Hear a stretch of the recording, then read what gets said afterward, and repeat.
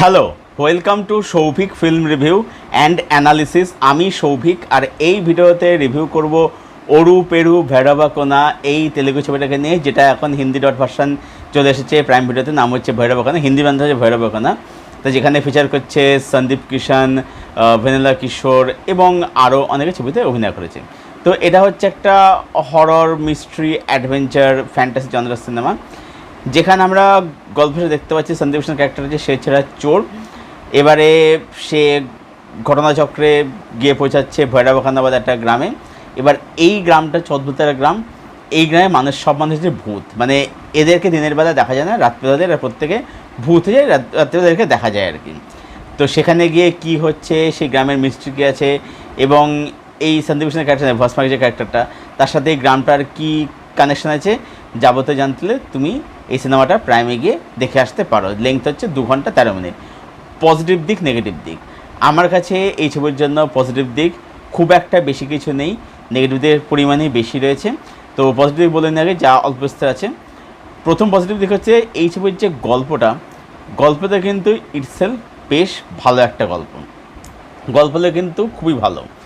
দ্বিতীয় পজিটিভ দিক হচ্ছে ছবির শুরুটা যেভাবে গ্রামটা দেখায় এবং ক্লাইম্যাক্স, সেটা কিন্তু অবশ্যই খুব ভালো, ঠিক আছে। এবং ছবিটা কিছু কিছু মোমেন্টে বেশ ভালোভাবে ওয়ার্ক করে।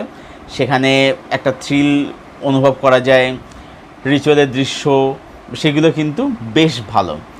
নেক্সট ছবিটা টেকনিক্যালি ভেরি ওয়েল মেড, মানে যেরকম বাজেট পেয়েছে, কারণ সন্দীপ কিষান তো খুব বড় স্টার তো নয়, মিড লেভেলের স্টার আর কি। তো সেই অনুযায়ী যে বাজেট পেয়েছে সেই অনুযায়ী স্কেলগুলো বেশ ভালো। যেভাবে গ্রামটাকে দেখিয়েছে, রিচুয়ালের দৃশ্যগুলো, এর মেকিং, লাইটিংয়ের কাজ, সেগুলো সব কিছু কিন্তু মানে বেশ ভালো। পারফরমেন্স যদি বলি, এখানে কিন্তু পারফরমেন্স করা ডিসেন্ট, মানে সন্দীপ কিষান এখানে ডিসেন্ট কাজ করেছে। এখানে ওই মেয়েটা যে 96-এ ছিল, বিজয় সেতুপতি স্টুডেন্টটা ছিল, ওই অ্যাক্ট্রেসটা রয়েছে এখানে আর কি, সেখানে একটা গুরুত্বপূর্ণ রোল প্লে করেছে। তো এখানে পারফরমেন্স সবারই কিন্তু ডিসেন্ট রয়েছে আর কি। তো এটুকুই হচ্ছে ছবির মধ্যে কী কী আমার কাছে পজিটিভ লাগলো। এবারে যদি আমি মুভ করে ছবিতে নেগেটিভ কী লাগলো, নেগেটিভ হচ্ছে যে এই ছবিটার মধ্যে প্রচুর আননেসেসারি কমেডি আছে এবং সেই কমেডিটা চলতে থাকে। নট অনলি দ্যাট, কমেডি আছে ঠিক আছে, কিন্তু ব্যাপারটা হচ্ছে যে সে কমেডি অনেক সময় গুরুত্বপূর্ণ সময় চলে আসছে, যার ফলে ছবির যে একটা মুড, যে একটা সিরিয়াস টোনে ছবিটা যে শিফট করবে, সেই জায়গাটাই তৈরি করতে পারে না। এত আননেসেসারি কমেডি, তারপরে আননেসেসারি হিরো এন্ট্রি, আননেসেসারি কিছু অ্যাকশন থেকে কিছু বলবো না, অল্প আছে আর কি। তা আননেসেসারি এবং হিরো এন্ট্রি, হিরো সোয়াগ, এইগুলোর কোনো প্রয়োজন ছিল না। তারপরে হচ্ছে যে মেন হচ্ছে যে ছবিটা যখন ক্লাইম্যাক্সে প্রচণ্ড সিরিয়াস পর্যায়ে যখন পৌঁছাচ্ছে, তখন সেখানে একটা গান শুনেছে, আননেসেসারি গান রয়েছে, ঠিক আছে। এর সাথে সাথে বলবো যে ছবিটার মধ্যে লাভ, প্রেমের একটা কিন্তু দিক কিন্তু ছিল, কিন্তু সত্যি কথা বলতে যেটা একটা গুরুত্বপূর্ণ পয়েন্ট হতে পারতো, সেটা সত্যি বলতে সেটা কিন্তু প্রপারভাবে প্লেসড আউট কিন্তু হয় না আর কি। তো সব মিলিয়ে বলবো যে এই ছবিটা গল্প লেভেলে খুব ভালো হলেও, গল্পটা খুব ভালো হলো, এর এক্সিকিউশন খুবই পুয়ার রিটেন, পুয়ার এক্সিকিউশন, যার ফলে এই ছবিটা কিন্তু একটা মানে খুব অ্যাভারেজ ছবিতে পরিণত হয়। লাস্টের ছবি এসেছিলো বিরূপাক্ষা বলে, লাস্টের বা তার আগে বিরূপাক্ষার ছবি এসেছিলো, ওই ছবিটা ব্যাপক ছিল। কারণ হচ্ছে যে বিরূপাক্ষার মধ্যে কিন্তু এই ছবিটা সব এলিমেন্ট কিন্তু ছিল অ্যাকচুয়ালিতে। ওরকম একটা গ্রাম, অভিশপ্ত গ্রামঠানের অভিশাপ রয়েছে, ফার্স্ট হাফের দিকে কিছু কমেডি আছে, কিন্তু পরে যেটা হয় এটা প্রেম ভালোবাসা আছে, পরে আমার বুঝতে যে অ্যাকচুয়ালি ওগুলো দরকার কী ছিল, পরে সেগুলো কিন্তু বুঝতে পারি।